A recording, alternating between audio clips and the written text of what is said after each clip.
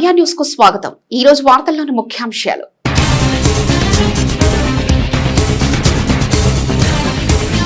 జిల్లాలో beach festival ను ఘనంగా నిర్వహించేందుకు సన్నాహాలు. బాపట్ల జిల్లా కలెక్టరేట్ లో బీచ్ ఫెస్టివల్ పై వివిధ రకాల వ్యాపార వర్గాలతో నిర్వహించిన సమీక్షా సమావేశంలో కలెక్టర్ వెంకటమురళి.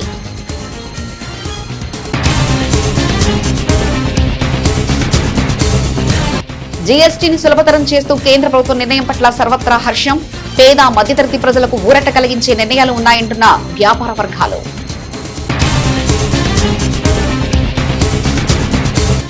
జిల్లాలోని పలు రైల్వే స్టేషన్లలో ఈగల్ టీం తనిఖీలు. పోలీసుల తనిఖీలో నిషేధిత గంజాయి గుర్తింపు. అనుమానితుల్ని అదుపులో తీసుకుని విచారిస్తున్న పోలీసులు.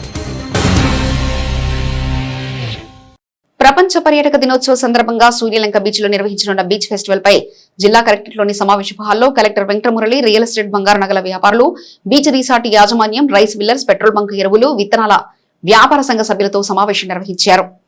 ప్రపంచ పర్యాటక దినోత్సవ సందర్భంగా సూర్యలంక బీచ్ లో బీచ్ ఫెస్టివల్ ను ఘనంగా నిర్వహించుటకు అన్ని చర్యలు తీసుకుంటున్నట్లు బాపట్ల జిల్లా కలెక్టర్ జె వెంకటమురళి తెలిపారు. శనివారం బాపట్ల జిల్లా కలెక్టరేట్ లోని సమావేశ హాల్లో రియల్ ఎస్టేట్, బంగారు నగల వ్యాపారులు, బీచ్ రిసార్ట్ యాజమాన్యం, రైస్ మిల్లర్లు, పెట్రోల్ బంకు, ఎరువులు, విత్తనాల వ్యాపార సంఘ సభ్యులతో జిల్లా కలెక్టర్ జె వెంకటమురళి సమావేశం నిర్వహించారు. ఈ సందర్భంగా మాట్లాడుతూ ఈ నెల 27న ప్రపంచ పర్యాటక దినోత్సవ సందర్భంగా సూర్యలంక బీచ్ లో రాష్ట్ర స్థాయిలో బీచ్ ఫెస్టివల్ కార్యక్రమాలు నిర్వహిస్తున్నట్లు ఆయన తెలిపారు. బీచ్ ఫెస్టివల్ కార్యక్రమాలు ఈ నెల 26, 27, 28 తేదీల్లో సూర్యలంక బీచ్, రామాపురం బీచ్లలో నిర్వహిస్తున్నట్లు ఆయన తెలిపారు. ఈ కార్యక్రమాలకు ఇతర రాష్ట్రాల నుంచి ప్రజలు ఎక్కువ సంఖ్యలో వచ్చే అవకాశం ఉందని ఆయన తెలిపారు. రాష్ట్ర ప్రభుత్వం ప్రతిష్టాత్మకంగా పర్యాటక రంగాన్ని అభివృద్ధి పరిచే విధంగా కార్యక్రమాలు నిర్వహిస్తున్నట్లు ఆయన చెప్పారు. ఈ 3 రోజుల పాటు జరిగే కార్యక్రమాల్లో తెలుగుదనం ఉట్టిపడేలా నిర్వహిస్తున్నట్లు ఆయన తెలిపారు. ఫెడ్లైట్ల మధ్య వాలీబాల్, ఖోఖో, బాక్సింగ్, ఫెన్సింగ్ వంటి క్రీడా పోటీలు, సాహసోపేతమైనటువంటి హెలికాప్టర్ల విన్యాసాలు, స్పీడ్ బోట్స్, భారీ స్థాయిలో ఆహ్లాదకరమైన వాతావరణంలో పండుగలా నిర్వహిస్తున్నట్లు ఈ కార్యక్రమాలకు రాష్ట్ర ప్రభుత్వం 4 కోట్ల రూపాయల నిధులు మంజూరు చేసిందని ఆయన తెలిపారు. ఈ సందర్భంగా బాపట్ల, చీరాల ఎమ్మెల్యేలు నరేంద్ర వర్మ, ఎంఎం కొండయ్య మాట్లాడుతూ రాబో రోజుల్లో సూర్యలంక, రామాపురం బీచ్లను మరో గోవా బీచ్ గా తీర్చిదిద్దాలనే లక్ష్యంతో పనిచేస్తున్నట్లు ఆయన తెలిపారు. ఇప్పటికే బాపట్లలో 200 రిసార్ట్లు, 6 స్టార్ హోటల్స్ ఉన్నాయని, రాబోయే రోజుల్లో మరింత అభివృద్ధి చెందుతాయని ఆయన తెలిపారు. స్వర్ణాంధ్ర స్వచ్ఛాంధ్ర కార్యక్రమంలో భాగంగా సూర్యలంక బీచ్ ను అభివృద్ధి చేయటకు కేంద్ర ప్రభుత్వం 97.52 లక్షల రూపాయలను విడుదల చేసిందని, అందులో ఇప్పటికే 50 కోట్ల వరకు టెండర్లు కూడా వెలువడం జరిగిందని ఆయన తెలిపారు. బీచ్ ఫెస్టివల్ ద్వారా చీరాల, బాపట్ల ప్రాంతాలపై ప్రజల దృష్టిని కేంద్రీకరించే విధంగా కార్యక్రమాలు నిర్వహించడం జరుగుతుందని తెలిపారు. చేనేతల ద్వారా తయారు చేయబడిన కుప్పడం చీరలకు జాతీయ స్థాయిలో గుర్తింపు రావడం, ఈ రోజే చేనేతల జీవన ప్రమాణాలు మెరుగుపడి వారి వ్యాపారాలు వృద్ధి చెందుతున్నాయని ఆయన తెలిపారు. రుచులన్నీ ఉండేటట్టు ఫుడ్ కోర్ట్స్, సో భారీ ఎత్తున మనం ట్రై చేస్తున్నాం. అట్లనే భారీ స్థాయిలో ప్రజల్ని కూడా ఆకర్షించి ఇది పండుగ వాతావరణంలో చాలా పెద్ద ఎత్తున జరగాలి, మన జిల్లాకి ఒక మంచి పేరు రావాలి, సూర్యలంక బీచ్కి ఒక మంచి గుర్తింపు రావాలి. మొత్తం దీనికి ఒక మన హైదరాబాద్లో కానీ, ఒరిస్సా కానీ, అమరావతి, విజయవాడ, ఈ స్టేట్స్లో అన్ని చోట్ల నుంచి పబ్లిక్ రావాలి. మనది మీడియాలో కూడా మంచి పాపులారిటీ, సోషల్, ఎలక్ట్రానిక్, ప్రింట్ అన్ని మీడియాల్లో పాపులారిటీ రావాలి. తద్వారా వచ్చేటువంటి బిజినెస్ మరి జిల్లాలో ఉన్నటువంటి రిసార్ట్స్ పీపుల్ కానీ, అక్కడ ఏదైనా రీటైల్ షాప్స్ పెట్టుకునే వాళ్ళు కానీ, ట్రాన్స్పోర్ట్కి సంబంధించి కానీ, లేదా దాని మీద డిపెండ్ అవుతూ హోటల్స్, లాడ్జెస్ పెట్టుకునే విషయంలో కానీ, వీటన్నింటి విషయాలలో అట్లనే లోకల్గా ఉన్నటువంటి మన హ్యాండ్లూమ్స్ ప్రొడక్షన్ ఏదైతే ఉన్నాయో, శారీస్ లాంటివి, ధోతీస్ లాంటివి, వాటి సేల్స్ పెరగడం విషయంలో కానీ, వీటన్నింటిలో మనం ఉద్దేశించి ఒక ఫైనాన్షియల్ బూస్టింగ్ రావాలి జిల్లాలో. మీకు ఇంకొక మిస్సింగ్ పాయింట్ అంటే రామాపురంలో కూడా కొన్ని స్పోర్ట్స్, కొన్ని కల్చరల్ యాక్టివిటీస్ అక్కడ కూడా పెట్టి స్టార్ట్ చేస్తాం. అక్కడ కూడా సైమల్టేనియస్గా కొంత పబ్లిక్ అటు కూడా డైవర్ట్ అయిపోయి చేస్తారు. అక్కడ కూడా అవసరం వచ్చింది. ఎందుకు అటువంటి ఆలోచన చేయాల్సి వస్తుందంటే, మిగతా తెలంగాణని, ఆంధ్రాలో ఉన్న కొన్ని ప్రాంతాలని, మిగతా వాళ్ళందరినీ కూడా చీరాల, బాపట్ల లేదా బాపట్ల, చీరాల వీటిని ఫోకస్ చేయడం కోసం ఇది ఒక మంచి అవకాశం అని మేము ఆలోచిస్తాం. సో ఇక్కడ ఉన్న వ్యాపారస్తులకు కానీ, లేదా రిసార్ట్స్ ఓనర్లకు కానీ, వీళ్ళందరికీ కూడా ఒక రోజు, 2 రోజులు, 3 రోజులు ఇబ్బంది ఉండొచ్చాము, కానీ లాంగ్ టైం దీంట్లో బెనిఫిట్ ఉంది. అది మీరు గ్రహించాలి. ఉదాహరణకి ఈరోజు మేము కలెక్టర్ గారు, మేమందరం కలెక్టర్ గారిని వెంటపడి చేనేతల మీద కాన్సన్ట్రేషన్ చేసి వాళ్ళకి సంబంధించినటువంటి మెటీరియల్ మీద ఏదైతే వాడు తయారు చేస్తున్నారో దానికి ఒక రికగ్నిషన్ తీసుకొస్తే ఈరోజు పొద్దున్నే నా దగ్గరికి 2-3 వచ్చి మా వ్యాపారం చాలా బాగుంది, బ్రహ్మాండంగా జరుగుతుంది, మేము ఇప్పుడు బాగున్నాం, అసలు మీ దగ్గర రావడానికి కూడా మాకు టైం దొరకట్లేదని చెప్పారు. ఇది నిజం. పొద్దున నాకు అదే కావాలి, మీరు అదే చేయండి అని చెప్పారు. నరేంద్ర మోదీ ప్రభుత్వ జీఎస్టీని సులభతరం చేస్తూ పేద మధ్యతరగతి ప్రజలకు ఊరట కలిగించే నిర్ణయాలు తీసుకోవడంలో పరిశ్రమ వర్గాల్లో హర్షం వ్యక్తమవుతుంది. 56వ వస్తు సేవల పన్ను జీఎస్టీ మండలి సమావేశంలో సామాన్యులు, రైతులు, మధ్యతరగతి యువతకు నేరుగా ఆర్థిక ఊరట కలిగించేలా జీఎస్టీ స్లాబ్లను సులభతరం చేసి చారిత్రాత్మక నిర్ణయాలు తీసుకోవడం పట్ల అన్ని వర్గాల నుంచి హర్షం వ్యక్తమవుతుంది. ప్రధాని నరేంద్ర మోడీ ప్రభుత్వం పేద సామాన్యులకు జీఎస్టీ సులభతరం చేసి ఊరట కలిగిస్తూ సంచలన ప్రకటన చేసిన విషయం తెలిసిందే. సామాన్య ప్రజలపై జీఎస్టీ భారం తగ్గించేందుకు కొత్త సంస్కరణలను ప్రవేశపెట్టిన క్రమంలో అన్ని వర్గాల ప్రజల నుంచి సర్వత్రా హర్షం వ్యక్తమవుతుంది. ఇక కేంద్ర ప్రభుత్వం తాజాగా చేసిన ప్రకటనతో పేద మధ్యతరగతి కుటుంబాలతో పాటు చిన్న మధ్యతరగతి వ్యాపారాలకు భారీగా ప్రయోజనం చేకూరనున్నట్లు వ్యాపారాలు ఆనందాన్ని వెలుబుచ్చుతున్నారు. ఇక జీఎస్టీ సంస్కరణలో భాగంగా కొత్త స్లాబ్ రేట్లతో భారత్ ను ఆర్థిక శక్తిగా నిలపడమే కాకుండా స్వయం సమృద్ధి సాధించడమే లక్ష్యంగా కేంద్రం ముందుకు వెళ్తుందంటున్నారు. అయితే ఇప్పటి వరకు ఉన్న జీఎస్టీ 5, 12, 18, 28% స్లాబ్ల స్థానంలో ఇక నుంచి 2 స్లాబ్లను మాత్రమే అమల్లోకి తీసుకురానున్నారు. ఈ సంస్కరణలు సామాన్యులు, మహిళలు, విద్యార్థులు, మధ్యతరగతి రైతులతో సహా సమాజంలోని అన్ని వర్గాలకు ప్రయోజనం చేకూరుతుందని హర్షం వ్యక్తం చేస్తున్నారు. సత్ఫలితంగా పేదలు, మధ్యతరగతి ప్రజలకు నేరుగా లాభం కలిగిందన్నారు. ముఖ్యమైన వస్తువులపై పన్ను రేట్లు తగ్గించడంతో వ్యాపార సౌలభ్యాన్ని మరింత బలోపేతం చేస్తుందని పేర్కొన్నారు. ఆత్మ నిర్భర్ కింద భారత స్వావలంబన పెంచుతుందని తెలిపారు. ఈ రోజున మన మోడీ గారు తీసుకున్న నిర్ణయం జిఎస్టీ మీద చాలా చాలా హర్షించదగ్గది. ఆ నిర్ణయం వల్ల 2 స్లాబుల్లోకి తేవటం వల్ల చాలామంది మధ్యతరగతి వాళ్ళకి కానీ కొంచెం ఇంకా దిగునున్న వాళ్ళకి అందరికీ కూడా చాలా ఉపయోగకరంగా ఉండి వ్యాపారాలకు కూడా చాలా మంచి వెసులుబాటుగా ఉంటుందని నేను భావిస్తున్నాను. వారు తీసుకున్న నిర్ణయం వల్ల మా వ్యాపారాలు కూడా కొంచెం వృద్ధిలోకి వచ్చి వ్యాపారస్తులకు కూడా అనుకూలమైనటువంటి ఇది ఉంటుందని నేను భావిస్తున్నాను. చాలా హర్షించదగ్గ విషయం. వారికి మా వ్యాపార సంస్థల తరఫున మోడీ గారికి నేను హృదయపూర్వకంగా కృతజ్ఞతలు తెలియజేసుకుంటున్నాను. ఒకప్పుడు వ్యాపారం ఒక రాష్ట్రానికో లేకపోతే దేశానికో సంబంధించి ఉండేది. కానీ గ్లోబలైజేషన్ సందర్భంగా ప్రపంచం వ్యాప్తంగా వ్యాపారాలు వివిధ రకాలుగా అభివృద్ధి చెందుతుంది. అలాంటి పరిస్థితుల్లో మన గవర్నమెంటు, మోడీ గవర్నమెంటు జిఎస్టీ రూపంలో అమల్లోకి తేవటం ద్వారా సరళీకృతంగా చేయటం జరిగింది. ఒకప్పుడు 4 రకాల పన్నులు విధించేవాళ్ళు. అది ఈరోజు 2 రకాల పన్నులు, అంటే ఒకప్పుడు ఉన్న 5%, 12%, 18%, 25% పన్నులు ఉంటే వాటిని ఈరోజు రద్దు చేసి వాటి స్థానంలో ఓన్లీ 2 రకాలైన పన్నులు అనగా 5%, 18% పన్నులను ఉపయోగించడం జరుగుతుంది. అందువలన సామాన్య మానవులు రోజువారీ మధ్యతరగతి వస్తువులు, సామాన్య మానవులు రోజువారీ ఉపయోగించే రకరకాలైన వస్తువులు 18% నుండి 5% రావటం ద్వారా వారిలో కొనుగోలు శక్తి పెరుగుతుంది. వారికి ఎంతో ఊరటనివ్వటం జరిగింది. అలాగే రైతులు ఉపయోగించే పశువుల దాణా కానీ కోళ్ళ దాణాపై 18% ఉంటే ఈరోజు దాన్ని పూర్తిగా రద్దు చేయటము, అలాగే వారు ఉపయోగించే ట్రాక్టర్లు, స్ప్రింక్లర్లపై 18% పన్ను ఉంటే ఈరోజు 5% పన్ను తేగటం ద్వారా రైతులకు ఎంతో ఊరటనివ్వటం జరిగింది.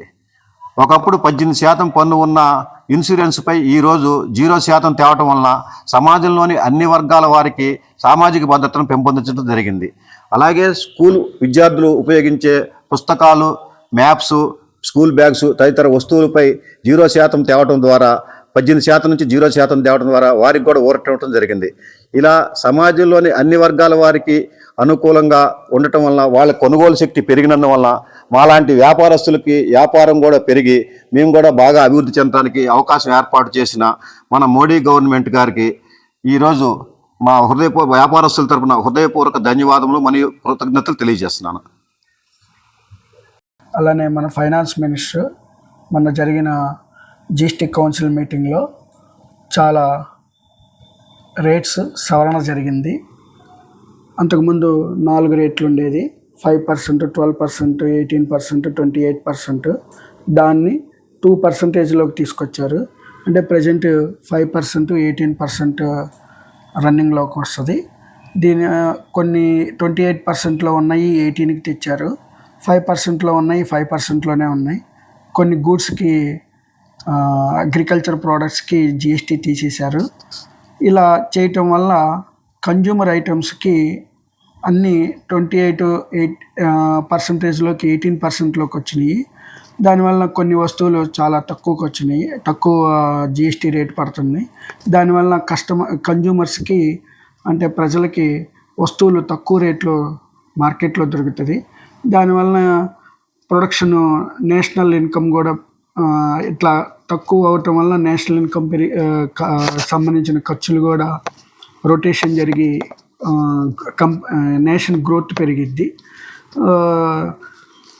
అలానే లగ్జరీ ఐటమ్స్ ఏమో కాస్ట్లీ అయినాయి, నెసెసిటీ ఐటమ్స్ ఏమో చీప్ అయినాయి. ఇప్పుడు తీసుకున్న సెంట్రల్ గవర్నమెంట్ ఈ సవరణ చాలా ఆమోదదాయకమైనది.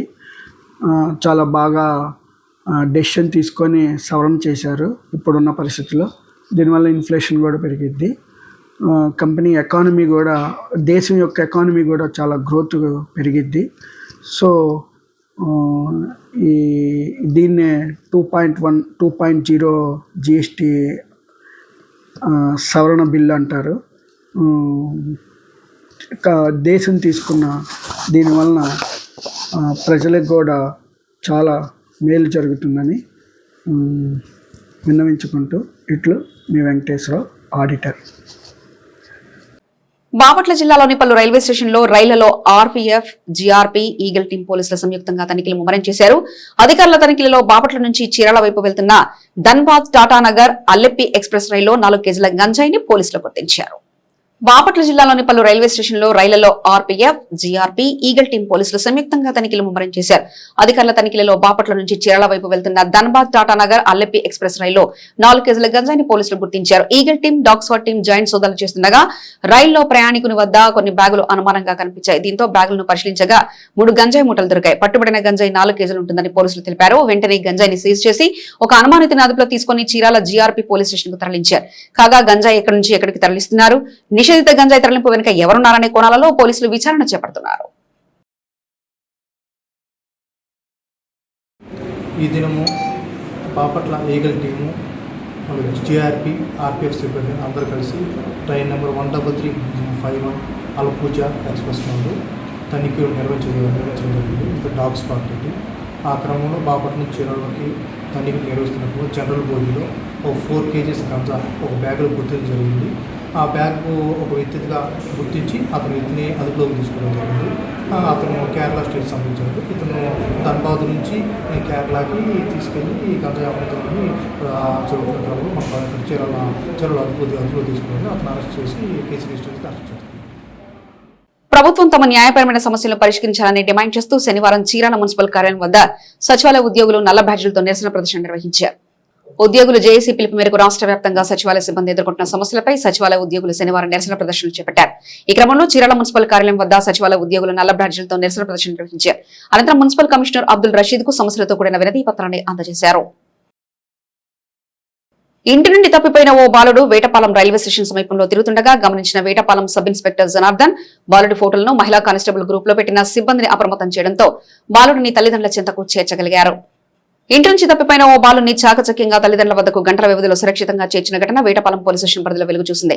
వేటపాలెం రైల్వే స్టేషన్ సమీపంలో ఓ బాలుడు ఇంటి నుంచి తప్పిపోయి తిరుగుతుండగా వేటపాలెం సబ్ ఇన్స్పెక్టర్ జనార్దన్ గమనించారు. బాలుడి నుంచి వివరాలు సేకరించే ప్రయత్నం చేసినప్పటికీ ప్రయోజనం లేకపోవడంతో వెంటనే బాలుడి ఫోటోలను మహిళా కానిస్టేబుల్ గ్రూప్ లో పెట్టిన సిబ్బందిని అప్రమత్తం చేశారు. ఎస్ఐ జనార్దన్ సూచనతో అలాట్ అయిన సిబ్బంది ఎట్టకేలకు బాలుడి తల్లిదండ్రుల చెంతకు చేర్చగలిగారు. బాలుడు నరసింహను వేటపాలెం నవజ్యోతి కాలనీకి చెందిన తల్లిదండ్రులు వెంకటలక్ష్మి శ్రీలకు అప్పచెప్పారు. తప్పిపోయిన బాలుని గంటల వ్యవధిలో తమ దగ్గరకు చేర్చడం పట్ల తల్లిదండ్రులు పోలీసులకు కృతజ్ఞతలు తెలిపారు.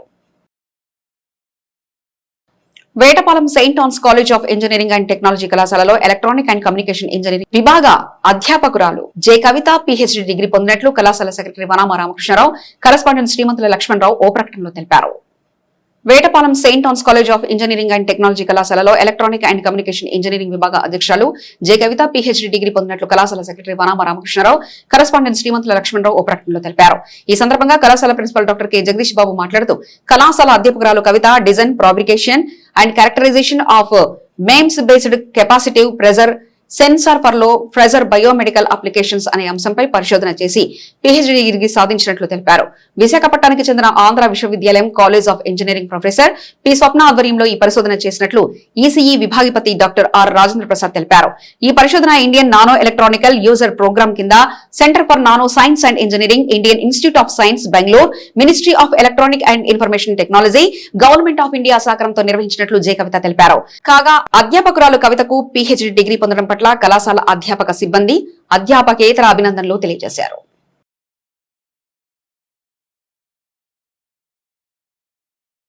యూరియా వినియోగంపై వ్యవసాయ శాఖ అధికారులతో శనివారం బాపట్ల జిల్లా కలెక్టరేట్ లో కలెక్టర్ వెంకటమురళి సమావేశం నిర్వహించారు. సమావేశంలో కలెక్టర్ రైతులకు యూరియా కొరత రానివ్వకుండా అధికారులు చర్యలు తీసుకోవాలని సూచించారు.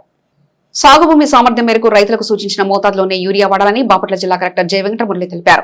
యూరియా వినియోగంపై వ్యవసాయ శాఖ అధికారులతో శనివారం బాపట్ల జిల్లా కలెక్టరేట్ లో ఆయన సమావేశం నిర్వహించారు. ఈ సందర్భంగా కలెక్టర్ వెంకటమురళి మాట్లాడుతూ రైతులకు యూరియా కొరత రానివ్వకుండా అధికారులు చర్యలు తీసుకోవాలని చెప్పారు. నియమితులైన ఎన్ఫోర్స్మెంట్ టీంలోని అధికారులంతా క్షేత్రస్థాయిలో పక్కాగా విధులు నిర్వహించాలన్నారు. మండల గ్రామ స్థాయిలోని వ్యవసాయ శాఖ అధికారులు సమావేశాలు నిర్వహించుకోవాలన్నారు. గత ఏడాది జిల్లాలో 88,000 హెక్టార్లలో వరి పంటలు సాగు చేయగా ప్రస్తుతం 90,000 హెక్టార్లకు వరి సాగు పెరిగిందన్నారు. ఈ సంవత్సరం ఆగస్టు సెప్టెంబర్ నెలలో 2.24 లక్షల ఎకరాలలో రైతులు వరి సాగు ప్రారంభించినట్లు తెలిపారు. పంటల సాగును దృష్టిలో ఉంచుకుని 20,000 టన్నుల యూరియా కావాలని అంచనా వేశామన్నారు. ప్రభుత్వం నుంచి ఇప్పటివరకు 21,609 టన్నుల యూరియా జిల్లాకు విడుదలైందన్నారు. వాటిని అన్ని గ్రామాల్లోని రైతులకు పంపిణీ చేశామన్నారు.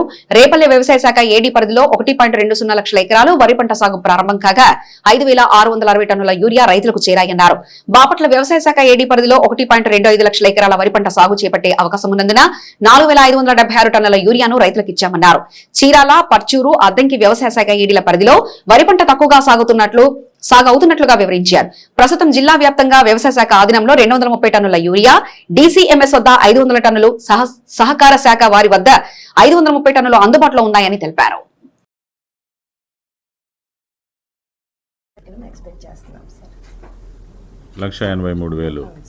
మనం చూపిస్తున్నది ఆగస్టు ఎండింగ్ కి అది చూపించారు. మరి మిగతాది వాళ్ళు ఆల్రెడీ పడింది అంటున్నారు కదా, అదే MNDలో అప్డేట్ చేస్తారు. ఎంత అవసరం? మాకు ఇప్పటికి 1,20,000 ఎకరాలు ఏరియా ఉంది సార్. దాదాపు మాకు ఈ వేమూరులో ఏ మండలాలు వస్తాయి నీకు? వేమూరులో పట్టిప్రోలు, కొల్లూరు, వేమూరు సార్. మిగతా రోజుల్లో విలేజెస్ లో పెడుతున్నాం సార్. తర్వాత మామూలుగా వీటి అరైవల్స్ గురించి కానీ రాబోయే దాని గురించి మైకుల్లో కూడా చెప్పిస్తున్నాం సార్. చవితి వేడుకలలో భాగంగా చీరాల దండుబాటలో తూర్పు కాపుల ఆధ్వర్యంలో ఏర్పాటు చేసిన గణనాథుని వేడుకల్లో భాగంగా ఇప్పటి వరకు ప్రత్యేక పూజలు అందుకునే గణేశుని నిమజ్జన కార్యక్రమం ఘనంగా నిర్వహించారు.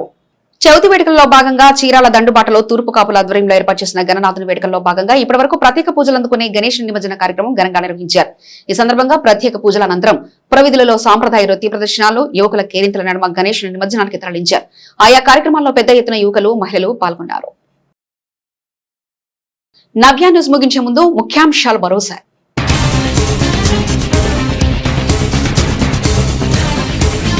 జిల్లాలో బీచ్ ఫెస్టివల్ ను ఘనంగా నిర్వహించేందుకు సన్నాహాలు. బాపట్ల జిల్లా కలెక్టరేట్ లో బీచ్ ఫెస్టివల్ పై వివిధ రకాల వ్యాపార వర్గాలతో నిర్వహించిన సమీక్షా సమావేశంలో కలెక్టర్ వెంకటమురళి.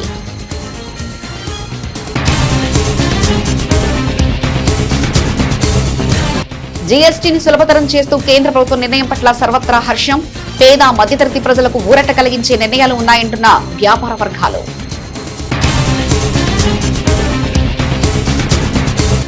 జిల్లాలోని పలు రైల్వే స్టేషన్లలో ఈగల్ టీం తనిఖీలు. పోలీసుల తనిఖీలో నిషేధిత గంజాయి గుర్తింపు, అనుమానితుల్ని అదుపులో తీసుకుని విచారిస్తున్న పోలీసులు.